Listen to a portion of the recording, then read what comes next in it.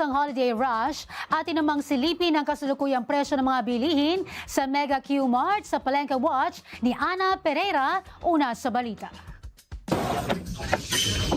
2 linggo matapos ang holiday season, humupa na ang bilang ng mga mamimili dito sa Mega Q-Mart. Pero ang presyo, pasok pa rin sa DA price monitoring at swak na swak sa budget ng ating mga mamimili. Bahagyang matumal ang bentahan ngayon sa Mega Q-Mart. Maliban kasi sa weekdays pa lang ngayon, petsa de peligro pa ang mga mamimili dahil sa nalalapit na kinsenas. Pero pinipili pa rin bumili sa Mega Q-Mart dahil sa abot kayang presyuhan ng mga bilihin. Sa baka, mabibili sa halagang 320 pesos ang bulalo, habang ang beef spare ribs ay 330 pesos kada kilo. Nagkakahalaga naman ng 240 pesos ang pork chop, habang pare-parehong 340 per kilo ang liempo, kasim, pige at ribs. Pero kung gustong makamura, maaaring piliin ng consumer ang frozen pork na mas mababa ng tinatayang 100 piso.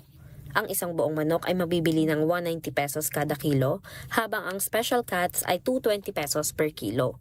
Nananatili namang stable ang presyo ng mga isda sa palengke. Ang galunggong na dating nasa 300 mahigit, halagang 200 pesos na lang ang kilo.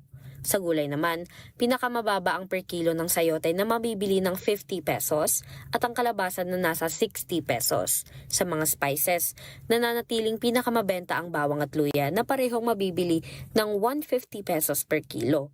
Ang lokal na sibuyas ay pasok sa MSRP ng DA, habang ang imported nito ay mabibili ng 140 pesos. Pumalo naman sa 600 ang kilo ng siling labuyo. Bagaman mataas, pasok pa rin ito sa DA price monitoring na 622 pesos. Malaki kasi ang epekto ng pabago-bagong panahon sa ani ng sili, kaya hindi maiiwasan ang pag-spike ng presyo ng labuyo.